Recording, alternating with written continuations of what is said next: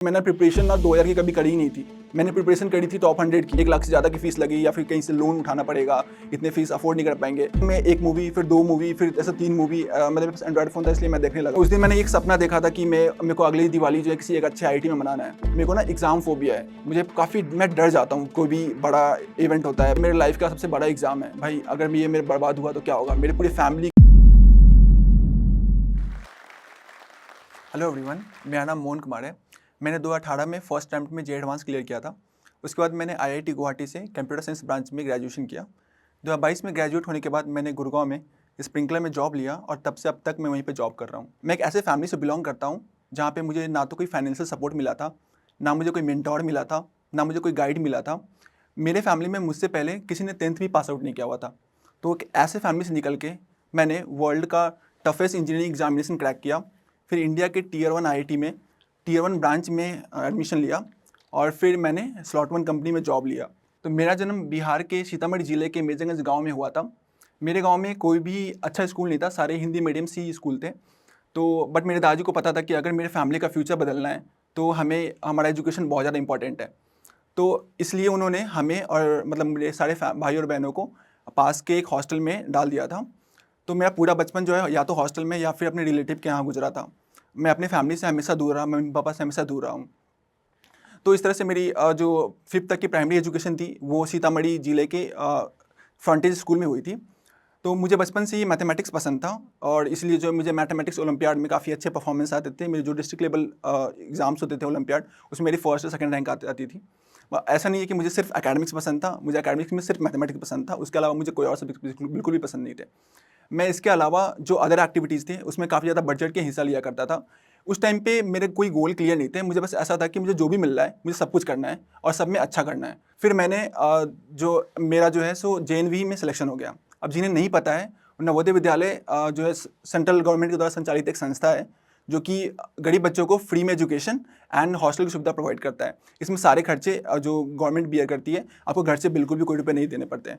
तो ये kind of मेरे लिए एक पहली अचीवमेंट थी, क्योंकि इसमें अराउंड 10,000 बच्चे एग्जाम देते हैं और उसमें सिर्फ 80 बच्चों का सिलेक्शन होता है। गाँव में नवोदय विद्यालय को काफ़ी ज़्यादा एक अच्छा माना जाता है, क्योंकि इसमें ऐसा माना जाता है कि हर गांव से अराउंड 4 या 5 बच्चों का ही सिलेक्शन होता है। और मेरे लिए एक और अच्छी बात थी, क्योंकि मैं अपने फैमिली के ऊपर जो मेरा फाइनेंशियल बर्डन था मैं उसको कम कर रहा था।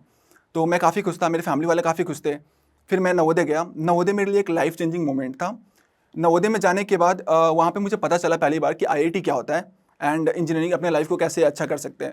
मेरे स्कूल में कुछ एलुमनाई थे, वो ऑलरेडी आईआईटी क्लियर कर चुके थे। तो वो जब स्कूल आते थे तो उस टाइम पे सारे बच्चे एंड टीचर्स एंड जो प्रिंसिपल डायरेक्टर्स सब कोई जो है काफ़ी ज़्यादा उनकी रिस्पेक्ट किया करते थे। तो मुझे भी लगा कि नहीं भाई, मुझे भी तो मतलब मैं तो ऐसा था ही कि मुझे सब कुछ ही करना था। मैंने भी सोचा कि नहीं, मुझे भी इनकी तरह बनना है, मुझे भी इतनी रिस्पेक्ट चाहिए। मैंने उनसे बात करी तो उन्होंने बताया कि जेई जो है उसके लिए सबसे अच्छी प्रिपरेशन होती है कोटा में, एंड बच्चे वहाँ पे क्लास 6 से ही प्रिपरेशन करते हैं। तो मेरा भी मन किया कि मैं भी कोटा जाऊँ एंड मैं क्लास 6 में ही जाऊँ। मैं उसमें क्लास 7th में था तो मैं 7th या 8th में ही जाऊँ। बट जब मैंने वहाँ की फ़ीस देखा तो वहाँ पे पूरी 1 साल की फ़ीस जो रहने और खाने की फ़ीस थी अराउंड 1.5 लाख थी, और मैं जहाँ पे पढ़ रहा था मेरी फ़ीस लग रही थी 0। तो मैं वो जो फ़ीस थी वो अफोर्ड नहीं कर सकता था। तो मैंने डिसाइड किया कि मुझे जो है 10th तक जो है अपने स्कूल में ही पढ़ना है और फिर मैं जो है अच्छे स्कॉलरशिप लेकर के फिर मैं कोटा जाऊँगा। तो मेरी जर्नी काइंड ऑफ वहीं से स्टार्ट हो गई। मैंने कुछ चीज़ें फॉलो करी, जैसे कि मुझे मैथमेटिक्स पसंद था। तो मैंने अपनी क्लास के मैथमेटिक्स जो हार्ड लेवल मैथमेटिक्स होता है जैसे लाइक आर डी शर्मा, ये सब मैं स्टार्टिंग के 2-3 महीने में कंप्लीट कर लेता था और बाकी के टाइम में मैं नेक्स्ट क्लास की चीज़ें पढ़ता था। जैसे लाइक मैं 8th में 9th का पढ़ लिया, 9th में 10th का पढ़ लिया था और 10th में थोड़ा बहुत मैंने 11th का चीज़ें पढ़ लिया था। मेरे स्कूल में कुछ समर वैकेशंस होते थे, तो जो 2 महीने के समर वैकेशंस होते थे एंड उस टाइम पे ऐसे बहुत सारे ऐसे कोचिंग्स थे जो कि समर क्रैश कोर्स प्रोवाइड करते थे। इसलिए अगर आप 10th में हो तो 10th के पूरे सिलेबस कंप्लीट करा देंगे। तो मैंने 10th में जो है 11th का समर क्रैश कोर्स लिया था और वो क्रैश कोर्स करने में पटना चला गया था। वहाँ पे मैं 11th के बच्चों के बीच में मेरी जो परफॉर्मेंस काफ़ी अच्छी थी। मैं 10th में था और बाकी सब 11th में थे, बट फिर भी मेरी जो रैंक 1 और 2 आती थी पूरे कोचिंग में। तो वो कोचिंग जो फुल टाइम बच्चों को जेईई मेंस एडवांस की भी प्रिपरेशन करवाते थे। तो उनके जो डायरेक्टर थे उन्होंने मेरे पेरेंट्स को बुलाया और बोला कि देखिए हम लोग भी जेईई मेंस और एडवांस का प्रिपरेशन कराते हैं, यहाँ पे हमारे बच्चे अगर ये हमारे यहाँ पढ़ता है तो हम इसे लाइक जे एडवांस में सिलेक्शन तो करवा देंगे, बट ये बच्चा बहुत अच्छा रैंक डिजर्व करता है, तो इसलिए आप इसको हमारे यहाँ नहीं पढ़ा के कोटा भेजिए। तो मेरे पापा राजी हो गए कि मुझे कोटा भेजे 11th में। अब सिंस मेरे कोटा जाने का टिकट तो बन गया था, अब मुझे था कि मुझे जो है सो फाइनेंशियली का देखना था कि मैं कैसे उसकी फ़ीस कम कर सकता था, क्योंकि फ़ीस जेईई के प्रिपरेशन के लिए बहुत लगती है, अराउंड 1 लाख से ज़्यादा लगती है सारी कोचिंग में। तो मैंने एलएन और फिटजी वगैरह की एग्ज़ाम दिए थे एंड मुझे जो है 75% के स्कॉलरशिप आ गए थे दोनों में। तो मतलब मैंने एलएन के बहुत सारे टेस्ट दिए थे, पहले में 40 आए थे, फिर 75 आए थे, तो इसलिए मैंने मल्टीपल टेस्ट दिए थे ताकि मुझे मैक्सिमम स्कॉलरशिप मैं अचीव कर पाऊँ। तो मतलब दोनों में 75% स्कॉलरशिप आने के बाद मेरे को जो एलएन में काफ़ी कम फीस लग रहे थे एज़ कम्पेयर टू फिटजी। तो मुझे पूरे ईयर का अराउंड 26,000 लग रहा था। मेरे पापा कैसे सपने देख रहे थे कि उनके मतलब 1 लाख से ज़्यादा की फ़ीस लगी या फिर कहीं से लोन उठाना पड़ेगा, इतने फ़ीस अफोर्ड नहीं कर पाएंगे। अब जब उन्हें पता चला कि मुझे सिर्फ 26,000 ही पे करने पड़ेंगे, तो वो काफ़ी खुश हो गए। मतलब मेरे फैमिली जो मेम्बर्स थे काफ़ी ज़्यादा खुश थे। तो अब ये क्लियर हो गया था कि मैं एलएन जा रहा हूँ, और ये 10th के एंड की बात है। अब 10th मुझे अभी भी याद है कि 26 मार्च को हमारा एग्ज़ाम खत्म हुआ था। सारे बच्चे ये सपना देख रहे थे कि अब जो आने वाले 2-3 महीने हैं उसमें वो कैसे वो अपने वैकेशंस को मतलब स्पेंड करेंगे। बट मेरा गोल क्लियर था, मेरा विज़न क्लियर था, इसलिए मैंने जो है सो एग्ज़ाम के जस्ट 2 दिन बाद का जो है टिकट मैंने बुक कर लिया था कोटा का। अपने मम्मी-पापा के साथ मैं कोटा पहुँच गया 28 को। अब कोटा पहुंचने के बाद वहाँ पे एक नई एनर्जी के साथ वहाँ पहुँचे, पूरी एक नई जर्नी शुरू होने वाली थी जेईई एडवांस की। तो कोटा में ऐसा होता है कि हर एक मंथ में 2 फेज स्टार्ट होते हैं, और हर फेज में मल्टीपल बैचेज होते हैं। पहले स्टार बैच, फिर P1, फिर P2, फिर P3, इस तरह से डिक्रीज करते जाते हैं बैचेज। तो जो स्टार बैच सबसे टॉप होता है एंड उसी तरह से हिसाब से डिक्रीजिंग ऑर्डर में होती है बैचेज। तो मुझे P1 बैच मिला था, जो सेकंड टॉप बैच था।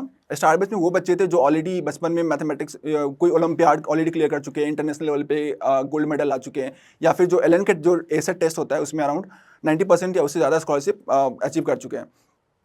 तो मुझे P1 में बैच मिला था, मैं काफ़ी खुश था। मेरी जर्नी स्टार्ट हुई वहाँ पे।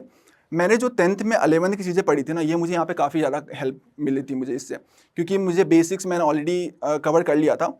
और मतलब जब 11th में मैं पढ़ रहा था, तो उस टाइम पे जो टीचर जब पढ़ा रहे थे, तो बेसिक्स ऑलरेडी क्लियर था, तो मैं जो एडवांस टॉपिक्स थे उस पर ज़्यादा अच्छे से फोकस कर पा रहा था। तो इसलिए मेरे जो स्टार्टिंग के 3 मंथ्स थे उसमें परफॉर्मेंस काफ़ी अच्छी रही थी। मेरे पूरे एलएन में टॉप 20 के अंदर रैंक आ रही थी। तो इसलिए मुझे ना सफल करके रीसफल करके स्टार बैच में भेज दिया गया था। तो ऐसा होता है कि अब जब 10th में होते हो और जब जेईई के एडवांस की प्रिपरेशन 11th-12th में एक्चुअली स्टार्ट होती है। कुछ बच्चे ऐसे होते हैं कि जो 6 से ही प्रिपरेशन कर रहे होते हैं, कुछ बच्चे ऐसे होते हैं कि 10th तक जो है सो बिल्कुल सिर्फ 10th का ही पढ़ते हैं, बट उनके पास कैलिबर होता है, उनके पास पोटेंशियल होता है कि जेईई एडवांस में काफ़ी अच्छा कर सकते हैं। तो इसलिए ऐसा हो सकता है कि वो मतलब 10th में सिर्फ 10th तक पढ़े हो, और जो स्टार्टिंग में उन्हें बैच कुछ खराब मिल गए हो। तो इसलिए रीसफलिंग टेस्ट होती है 3 महीने की। उसमें आपको जो बच्चे आप जो एक्चुअली डिज़र्व करते हो, सबको सेम चीज़ पढ़ाई जाती है, तो उसके हिसाब से आपको जो डिज़र्व करते हो आपको वो बैच मिलता है। तो मुझे स्टार बैच मिला था, बाकी कुछ बच्चों का डिमोशन भी हुआ था। मैं काफ़ी खुश था, मेरी फैमिली भी काफ़ी खुश हो गई थी, क्योंकि अब ऐसा तो लग गया था कि जेईई एडवांस निकल जाएगा, क्योंकि स्टार बैच एक ऐसा बैच है जहाँ पे आपको प्रिपरेशन सिलेक्शन के लिए नहीं होता, आपको प्रिपरेशन सिर्फ रैंक लाने के लिए होती है कि आप टॉप 100 के अंदर कैसे रैंक ला सकते हो, या फिर top first rank, second rank सब वहीं से निकलती है। मेरे बैच के कुछ एक बच्चे ने मतलब ऑल इंडिया रैंक 3 भी लाइक लाया था, स्टार बैच का था वो। तो अब मेरी जर्नी स्टार्ट हो गई। मैंने कुछ एनवायरनमेंट में डिफरेंस नोटिस किया था स्टार बैच में और लोअर बैचेज में।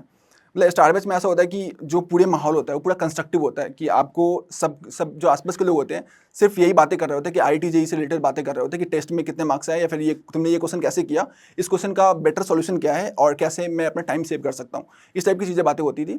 जो लोअर बैचेज होते हैं उसमें लोग अदर बातें करते हैं, मतलब पढ़ाई के अलावा, कि भाई आईपीएल मैचेज चल रही है, या फिर कोई सी मूवी आई है, ये करना वो करना। तो ये जो इन्वायरमेंट है बहुत डिफरेंस आता है। इसके अलावा अदर फैसिलिटी जो स्टार बैच के बच्चों को मिलती है कि आपके बैच की स्ट्रेंथ काफ़ी कम होती है, 30 बच्चे होते हैं, और एचओडीज आपको पढ़ाते हैं। तो और इसके अलावा जो आपको जो एडवांस मटेरियल्स मिलते हैं, and her rose he test वगैरह होते हैं, आपको एसी लाइब्रेरी की आपको एक्सेस होता है, सिर्फ स्टार बैच के बच्चों को होता है। तो ये सब चीज़ें होती है जो काफ़ी आपको हेल्प करती है आपकी, आप अच्छे रैंक ला पाए। तो मैं इस तरह से मेरी चल रही थी, काफ़ी सही चल रहा था अंटिल दिसंबर। फिर मेरे जनवरी में मैं थोड़ा अपने पाथ से डिस्ट्रैक्ट हो गया था। मतलब कोटा एक ऐसा जगह है जहाँ पे आपको पढ़ाई करने का जितना अच्छा माहौल मिलता है, उससे ज़्यादा आपको माहौल मिलता है डिस्ट्रैक्ट होने का। कि मेरे रूम से जो कोचिंग है अराउंड 300-400 मीटर की दूरी पे ही था, बट रास्ते में ऐसा 10 से ज़्यादा दुकान थे जो ऐसा 10 रुपये में 3 मूवी, 10 रुपये में 4 मूवी ऐसे करके पोस्टर लगाए हुए थे, या फिर काफ़ी गेम्स रूम भी थे। तो मैं उन सबको देख के थोड़ा सा डिस्ट्रैक्ट हो गया था। स्टार्टिंग में मतलब जनवरी का मंथ था, मैंने स्टार्टिंग में 1 मूवी, फिर 2 मूवी, फिर ऐसे 3 मूवी, मतलब मेरे पास एंड्रॉइड फ़ोन था इसलिए मैं देखने लगा था। फिर मेरे साथ क्या हुआ कि जनवरी के एंड तक ना मेरे परफॉर्मेंस में थोड़े से मतलब गड़बड़ होने लगा। मुझे खुद में गिल्ट हुआ कि भाई ऐसे तो काम नहीं चलेगा। तो फिर मैंने अपने मेंटोर से बात किया। मेरे एक मेंटोर थे एसकेएम सर, मतलब जो अपने क्लास टीचर है उन्हीं को अपना मेंटोर चूज़ करो। तो मैंने उनसे बात किया, उन्होंने मुझे सिंपल सजेशन दिया कि तुम अपना एंड्रॉयड फ़ोन मुझे दे दो, और उन्होंने मुझे अपना एक फ़ीचर फ़ोन दे दिया। तो वो बस एक बार मेरे को प्रॉब्लम डिस्कस करते ही मेरा पूरा प्रॉब्लम सॉल्व हो गया। तो मतलब बच्चे यही करते हैं कि देखो, गलतियाँ तो सभी करते हैं, मतलब इवन AR1 भी काफ़ी ज़्यादा गलतियाँ करता है, बट वही है कि आप उस गलतियों से क्या सीखते हो और उसको कैसे रिजॉल्व करते हो, अपनी डिस्ट्रैक्शंस को कैसे दूर करते हो, ये ज़्यादा इंपॉर्टेंट है। तो इस तरह से मेरे प्रॉब्लम सॉल्व हो गए। फिर मैंने जो भी बैकलॉग्स मेरे क्रिएट हुए थे, वो मैंने वापस से मैं ट्रैक पे आ गया। एंड ये मार्च तक आया। फिर मार्च में एक बहुत बड़ी प्रॉब्लम सामने आ गई। जो हमारे क्लास टीचर्स थे, जो HODs थे एलन के, वो एलन छोड़ करके एक नई कोचिंग उन्होंने खोल दी। अब मेरे पास 2 ऑप्शन था कि या तो एलन में रह करके जो नए टीचर आ रहे हैं उनसे पढ़ो, या फिर दूसरा ऑप्शन था कि मैं जो जो जो नया कोचिंग है वहाँ जाओ, टीचर सेम रहेंगे, मटेरियल सेम रहेगा, बस कोचिंग का नाम चेंज हो जाएगा। तो मुझे दूसरा ऑप्शन ज़्यादा सूटेबल लग रहा था, क्योंकि मतलब मेरे साथ पहले भी ऐसा हो चुका था कि जब मैं P1 बैच से स्टार बैच में गया था, उस टाइम पे जब मेरे टीचर चेंज हुए थे तो मेरे परफॉर्मेंस में काफ़ी डिप आई थी। मतलब मेरी रैंक पहले टॉप 20 में आती थी, स्टार बैच में जाने के बाद मेरी रैंक 144 तक चली गई थी। तो मुझे 2-3 महीने का टाइम लग गया था उसको अपने ट्रैक पे लाने में। मैं नहीं चाहता था कि सेम चीज़ वो रिपीट हो, मेरे टीचर चेंज हो, तो मैं इसलिए मैंने नए कोचिंग में आ गया। उसके अलावा मुझे और भी कुछ बेनिफिट्स मिले थे कि जो है सो मुझे हॉस्टल फीस पूरी माफ़ मिल रहा था, मुझे वो लोग फ्री में हॉस्टल फीस प्रोवाइड कर रहे थे, एंड जो ट्यूशन फीस थी वो भी मेरी 0 लग रही थी। तो इस तरह से मेरी 12th की जर्नी स्टार्ट हुई। 12th में बस एक इंपॉर्टेंट फेज है जो कि मुझे मेरे लाइफ में मैं हमेशा याद रखूँगा, ये मेरे लिए काफ़ी मेमोरेबल है, और मैं हर दिवाली के दिन मैं जो है वो 12th वाली दिवाली हमेशा याद करता हूँ, वो 2017 की दिवाली। तो ऐसा हुआ था कि पूरे साल में आपको कोई छुट्टी नहीं मिलती, बट जो दिवाली के टाइम पे आपको 6 दिन की छुट्टी मिलती है, और ये काइंड ऑफ लॉन्ग वैकेशन माना जाता है। मतलब बहुत सारे बच्चे घर चले जाते हैं, बस सिंस मैं बिहार से आता हूँ, मैं वापस नहीं जा सकता था क्योंकि ट्रेन की जर्नी में बहुत टाइम लग जाता है और फ्लाइट अफोर्ड नहीं कर सकते थे। तो मैंने सोचा वहीं पे रहने का, और फिर बट ऐसा होता है कि अब जो छुट्टियाँ होती है उसमें ना मेस वगैरह सब कुछ बंद होते हैं, तो आपको जो है सो अपने खाने के जुगाड़ भी करने पड़ते हैं। तो इट्स लाइक मेरे को 2 दिन की लाइक बिस्किट्स, स्नैक्स, ये तो चल रहा है, मतलब सब लोग जो भी रुकते हैं उनको करना पड़ता है। तो मैंने कर लिया। अब दिवाली का दिन आया। दिवाली के दिन ऐसा हुआ था कि पूरा कोटा ही सुनसान था। मैंने सुबह उठा तो मेरे सारे दोस्त भी, मतलब मोस्ट ऑफ द दोस्त नहीं थे। मैंने घर पे बात किया मम्मी से, उसके बाद ना मैं काफ़ी मिस करने लगा अपने घर को। तो फिर मेरे मन में ख्याल आया कि यार, मतलब लास्ट ईयर का भी दिवाली बर्बाद हो गया, ये भी दिवाली बर्बाद हो रही है, बट मैं अगला दिवाली बर्बाद नहीं होने देना चाहता। मैं चाहता हूँ कि अगला दिवाली मैं किसी एक अच्छे IIT में ही मनाऊँ। तो बस वो सोच के मेरे अंदर जो अलग ही एनर्जी आ गई। मैंने बैग उठाया, मैं कोचिंग गया, कोचिंग की लाइब्रेरी खुली हुई थी, मैं लाइब्रेरी गया, मैंने अपना स्टॉप वॉच निकाला। स्टॉप वॉच मैं हमेशा ही रखता हूँ अपने साथ, और मैं अभी भी रखता हूँ वो चीज़, ताकि अपने टाइम को ट्रैक कर सकूँ। तो स्टॉप वॉच निकाला, और फिर मैंने उस दिन टाइम देख करके 16 घंटे पढ़ाई करी थी। मतलब वो मेरा लाइफ का काइंड ऑफ पूरे JEE जर्नी का लॉन्गेस्ट आवर था। मैंने जिस दिन पढ़ाई करी थी वो भी दिवाली के दिन। उस दिन मैंने एक सपना देखा था कि मेरे को अगली दिवाली जो है किसी एक अच्छे IIT में मनाना है, और मतलब मुझे बताते हुए खुशी हुई कि मैंने वो सपना पूरा किया। तो इस तरह से मेरा दिवाली का फेज़ ख़त्म हुआ। फिर आया, मतलब अक्टूबर तक मेरी 12th की सिलेबस ख़त्म हो गई थी। फिर मतलब नवंबर, दिसंबर, जनवरी, ये काफ़ी इंपॉर्टेंट फेज़ होता है जब आप 11th और 12th पूरा रिवाइज़ करते हो और फिर पूरा क्वेश्चंस लगाते हो। तो इस केस में क्या होता है आपको कि पूरा रिवाइज़ हो जाता है, और फिर आप JEE मोड में चले जाते हो कि आप JEE के सारे क्वेश्चंस आप कर सकते हो एक साथ, पूरा सिलेबस आपको आ जाता है। तो अब ये आया फरवरी का फेज़। तो फरवरी के मंथ में क्या होता है, अब अपना हमारे बोर्ड नहीं थे। तो अब एक्चुअली एक चीज़ होता है जो कोटा में बहुत सारे लोग गलतियाँ करते हैं कि 12th स्टार्ट होते ही सारे कोचिंग्स जो है अपने साथ साथ ना बोर्ड के भी क्लासेस लगाने शुरू कर देते हैं। तो इस केस में क्या होता है कि बच्चे ना JEE का भी प्रिपरेशन कर रहे हैं, साथ में बोर्ड के भी क्लासेस करने लगते हैं, तो इसमें दोनों मिक्स हो जाता है। फिर बच्चे का मतलब एक तो ऐसे ही बहुत कम टाइम मिलता है, आप पूरे दिन क्लास करते रह जाते हो, तो फिर आप होमवर्क छूटने लगते हैं। फिर जैसे ही होमवर्क छूटने लगते हैं तो JEE ऐसा चीज़ है जिसका आप होमवर्क छोड़ नहीं सकते। एक दिन भी आप होमवर्क छोड़ते हो, आप क्लास से सिंक आपका टूटता है, तो फिर आपकी पूरे बर्बाद हो जाता है, फिर आप चीज़ समझ आनी बंद हो जाती है। तो फिर उसके बाद क्या होता है, बच्चे का फिर JEE बर्बाद हो जाता है, और फिर सोचते हैं कि कम से कम बोर्ड तो अच्छा कर ले, फिर बोर्ड के चक्कर में रह जाते हैं।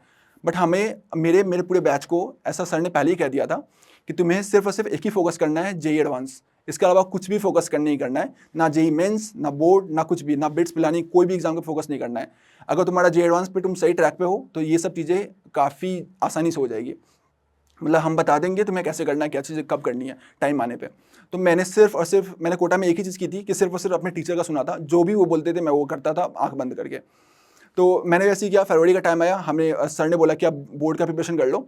तो बोर्ड में हमें कुछ नहीं करना था, 12th का सारा सिलेबस तो आता ही था। अब सारे क्वेश्चन हमारे पास ऐसी एबिलिटी थी कि सारे क्वेश्चन हम 2 मिनट के अंदर सॉल्व कर दें। बट अब बस एक ही चीज़ करना था बोर्ड के लिए कि बोर्ड का आंसर राइटिंग प्रैक्टिस करना था। तो मैंने बस एक चीज़ फॉलो की, लास्ट 10 to 15 ईयर्स के क्वेश्चन पेपर मैंने उठाए और उसके जो आंसर राइटिंग थे मतलब बस वही फॉलो किया और मॉक टेस्ट कुछ दिया, तो काफ़ी अच्छे मार्क्स मेरे आ गए थे। मतलब फिजिक्स केमिस्ट्री मैथमेटिक्स में मेरे 95 प्लस आ गए थे बोर्ड्स में, तो वो मेरे लिए मतलब मैंने जितना सोचा था उससे ज़्यादा ही आ गए थे। बोर्ड खत्म हुआ, मेंस का टाइम आया, तो जैसे मैंने बताया कि जे एडवांस की ही सिर्फ हमने प्रिपरेशन किया था, तो मेंस में कुछ ऐसे टॉपिक्स होते हैं जो जे एडवांस में कवर नहीं होते। तो 2 वीक का टाइम था, तो हमें वो टॉपिक्स भी पढ़ने थे और मेंस का भी प्रिपरेशन करना था। तो मतलब चीज़ें स्मूथली हो गई थी, मतलब उसके लिए टेंशन लेने की बात नहीं है, क्योंकि जेईई मेंस सिर्फ एक क्वालिफाइंग एग्जाम है। अगर तुम्हारा टारगेट है कि जे एडवांस है, तो जेईई मेंस तुम्हें बस जेईई मेंस में क्वालिफाई होना है, उसमें बस रैंक बहुत ज़्यादा चलाने की जरूरत नहीं है, रैंक अपने आप अच्छी आ जाती है लोगों की। तो हमने ऐसी प्रिपरेशन किया और फिर जेईई मेंस का दिन आया। अब मेरे साथ एक प्रॉब्लम है कि मेरे को ना एग्ज़ाम फोबिया है, मैं डर जाता हूँ, कोई भी बड़ा इवेंट होता है, फिर मतलब एग्जाम्स होते तब। मेरे साथ ऐसा पहले भी हो चुका है, केवीपीओ के एग्जाम में मैंने रिटन तो क्लियर कर लिया था, बट इंटरव्यू देने के लिए मैं जब गया तो इंटरव्यू पैनल को देखते ही मैं पूरा मतलब इतना डर गया कि मेरे पूरे ना माइंड क्लियर हो गए थे। मतलब मेरे को कुछ भी याद ही नहीं आ रहा था, मैं एक भी क्वेश्चन का आंसर मैं नहीं दे पाया था उस दिन। तो सिमिलर चीज़ें हुई मेरे जेईई मेंस के एग्ज़ाम में। वहाँ पे मैं एग्ज़ाम देने गया, मतलब एग्ज़ाम से एक रात पहले मैं ना रात में अच्छे से सो नहीं पाया था। बस सिंस मेरे को जेईई मेंस को उतना प्रेशर नहीं था, क्योंकि मतलब मेरा टारगेट जेईई एडवांस था, तो मतलब फिर भी मैंने 3-4 घंटे की नींद ले ली थी। बट मैं एक ऐसा इंसान हूँ कि मुझे 6 घंटे की नींद एटलीस्ट हर रोज़ चाहिए होती है। उससे अगर कम हो तो मेरे पूरा दिन अगले दिन बर्बाद जाता है। तो जेईई मेंस भी इस तरह से मेरे मतलब ओके गया, बहुत अच्छा नहीं गया, मैं जितना एक्सपेक्टेड था उतना अच्छा नहीं गया, बट ठीक है, उतना टेंशन नहीं था मुझे जेईई मेंस का। फिर आया एडवांस का टाइम, बीच में 1.5 महीने का टाइम था, हमने बहुत सारे मॉक टेस्ट दिया, उसमें मेरे मार्क्स काफ़ी अच्छे आ रहे थे, रैंक भी अच्छी आ रही थी। एक्सपेक्टेड था कि मैं 500 के अंदर रैंक लाऊँ, मतलब 200 के अंदर रैंक लाऊँ और 500 के अंदर तो मतलब ये था कि वर्स्ट केस में आ जाते। मतलब ये सब चल रही थी। फिर जैसे जैसे जेईई एडवांस का एग्ज़ाम पास आ रहा था ना, मुझे एक डर जो मुझे खाई जा रही थी कि ये मेरे लाइफ का सबसे बड़ा एग्ज़ाम है भाई, अगर ये मेरे बर्बाद हुआ तो क्या होगा, मेरे पूरी फैमिली की उम्मीद मुझसे जुड़ी हुई है। अगर मतलब ये बस यही एक एग्ज़ाम है जिसको क्लियर करके मैं अपनी फैमिली का पूरा फाइनेंशियल कंडीशन या फिर जो भी कंडीशन है सब कुछ मैं चेंज कर सकता हूँ।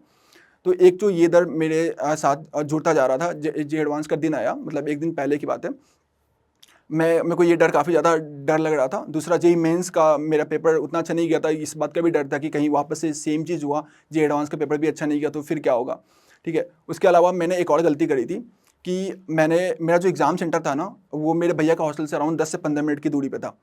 तो मैंने सोचा था कि इससे अच्छा जगह कहाँ क्या ही होगा। मैंने भैया का इंजीनियरिंग कॉलेज का हॉस्टल था, वहाँ पे मैं चला गया था और वहाँ पे मतलब उनके हॉस्टल में मैं रुका था रात में। तो अनफॉर्चुनेटली ना एग्ज़ाम से एक रात पहले कोई आईपीएल मैच चल रही थी या फिर कोई तो मैच चल रहा था, मुझे याद नहीं है। तो उसमें क्या हुआ था, पूरे हॉस्टल वाले बच्चे ना काफ़ी ज़्यादा शोरगुल कर रहे थे, बहुत ज़्यादा आवाज़ कर रहे थे। तो मैं ना मतलब एक तो ऑलरेडी 2 प्रॉब्लम मेरे साथ चल रही थी और ये तीसरी प्रॉब्लम ऐड हो गई, तो मुझे ना रात भर बिल्कुल ही नींद नहीं आई। तो मतलब मेरे साथ ऐसा लाइफ में पहली बार हुआ था कि मैं रात में बिल्कुल नहीं सोई हूँ। जो मुझे जानते हैं उन्हें पता है कि मुझे नींद बर्दाश्त नहीं होती। मुझे अगर रात में 12 बजे सोने की आदत है तो मैं 12 बजे सोऊंगा ही, चाहे कल अगले दिन जो है कितना भी इंपॉर्टेंट डे हो। बट उस दिन मैं नहीं सो पाया था, इससे कारण क्या हुआ, मैं जब बेड पर से उठा अगले दिन, मैं बेड पे ही गिर गया। मतलब मैं खुद को कंट्रोल नहीं कर पा रहा था, मैं काफ़ी डरा हुआ था। मैं किसी तरह शॉवर लिया, मैं एग्ज़ाम देने गया। मुझे बिल्कुल भी याद नहीं कि मैंने एग्ज़ाम कैसे दिया था उस दिन, बस मुझे इतना याद है कि मैं ना हर 10-15 मिनट पे जाकर के वॉशरूम जा रहा था और अपनी आँखों पे पानी डाल रहा था, ताकि मेरा जो है सो मुझे नींद नहीं आए ज़्यादा। मैंने किसी तरह से एग्ज़ाम दिया, फिर बीच में 2 घंटे का ब्रेक मिला था। मैं कुछ खाया नहीं, वापस से अपने भैया का हॉस्टल आया, वहाँ पे वापस से मैंने शॉवर लिया, ताकि जो है अगला एग्ज़ाम एटलीस्ट अच्छा चला जाए। मैं वो एग्ज़ाम देने गया, बट फिर भी एग्ज़ाम मतलब बहुत अच्छे नहीं गए पेपर। मुझे याद ही नहीं मतलब कि मैंने पेपर कैसे लिखा था उस दिन। तो किसी तरह से एग्ज़ाम कंप्लीट हुआ। मैं काफ़ी डरा हुआ था, मैं काफ़ी रो रहा था, मतलब अगले 2 दिन तक तो मैं बिल्कुल ही रो रहा था। मेरी आँखें पूरी लाल थी, जो भी मुझे देखे थे उन्हें पता होगा। तो मैंने मम्मी से बात करी, मतलब घर वाले सब मुझे समझाने में लगे हुए थे कि कोई बात नहीं, तुम्हारा पहला अटेम्प्ट था, इसके बाद एक और अटेम्प्ट बचा हुआ है। बट मैं किसी को सुनना ही नहीं चाह रहा था, क्योंकि भाई मैंने प्रिपरेशन इतनी मेहनत करी, मुझे पता है मैंने कितनी मेहनत करी थी। मैं नहीं चाहता था कि मुझे वापस से रिपीट करना पड़े। इसी तरह से मेरा जो है सो वो फेज़ गुजरा, मेरे जेईई का रिजल्ट का टाइम आया।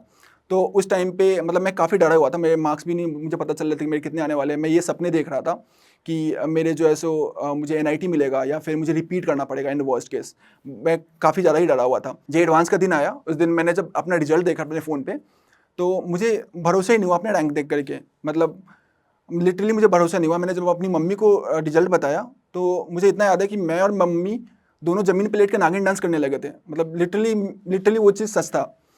मैंने मतलब मेरी रैंक 1961 आ गई थी, जबकि मैंने सोच रहा था कि मैं 10,000 के बाहर रैंक आएगी या फिर मुझे रिपीट करना पड़ेगा। मैंने फिर पापा को बताया, मतलब मेरे पापा काफ़ी खुश हुए, क्योंकि उन्हें भी लग रहा था कि नहीं वापस से, मतलब सब प्रिपेयर कर रहे थे कि वापस से भेजना पड़ेगा कोटा। तो उन्होंने फिर गाँव वालों को बताया, मतलब मेरे साथ साथ मेरे फैमिली के साथ साथ गाँव वाले भी खुश थे और काफ़ी कुछ पत्रकार वगैरह भी आए थे घर पे। तो ये वो दिन काइंड ऑफ मेमोरेबल है कि मैंने इतना वर्स्ट एग्जाम में जाने के बावजूद मेरा जो रैंक इतना अच्छा आ गया था। इसका मतलब रीज़न एक ही है कि मैंने प्रिपरेशन ना 2000 की कभी करी ही नहीं थी। मैंने प्रिपरेशन करी थी टॉप 100 की हमेशा ही, ताकि वर्स्ट केस में मेरा ये जो रैंक आया है ये सिर्फ वर्स्ट केस का, मेरा पेपर वो वर्स्ट पेपर था। मैंने हमेशा अपने लाइफ में एक कोट फॉलो किया है कि अगर तुम्हारा टारगेट बादल को छूना है तो तुम तैयारी हमेशा तारों को छूने की करो, बादल तो तुम छू ही लोगे। मेरे जो पेपर खराब जाने के बावजूद भी मेरे रैंक अच्छे आ गए थे, मुझे एक डिसेंट कॉलेज मिल सकती थी और डिसेंट ब्रांच भी मिल सकती थी। बच्चे यहीं पे गलती करते हैं। बच्चे क्या करते हैं कि वो ऐसा ये देखते हैं कि जे एडवांस क्वालिफाई करने के लिए 120 मार्क्स चाहिए, तो 120 मार्क्स के लिए भैया मैं कौन कौन से चैप्टर पढ़ लूँ। भाई अगर इस तरह से तैयारी करोगे तो बहुत मुश्किल होगा जे एडवांस क्लियर करना। हमेशा टारगेट रखो, हमेशा टॉप अचीव करने का। तो यार यही थी मेरी स्टोरी। थैंक यू जोश talk for giving me this platform, जहाँ से मैं अपनी जर्नी सब लोगों के साथ शेयर कर पाया। आई होप कि मेरी जर्नी से बहुत सारे लोगों को कुछ सीखने का मौका मिला होगा।